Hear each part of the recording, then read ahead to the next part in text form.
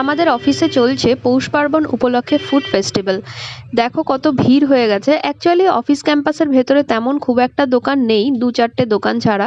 তাই জন্য যখনই কোনো ফেস্টিভ্যাল হয়, স্পেশালি ফুড ফেস্টিভ্যাল, তখন লোকজন পুরো একদম চলে আসে। অফিসের বেশিরভাগ লোকজনই এটা খেতে আসে এখানে। তো আমরাও দেখো লাঞ্চ সেরে পুরো ডিরেক্ট এখানে চলে এসেছি। লাঞ্চ থেকেই লাঞ্চ বক্সগুলো সবার হাতেই আছে।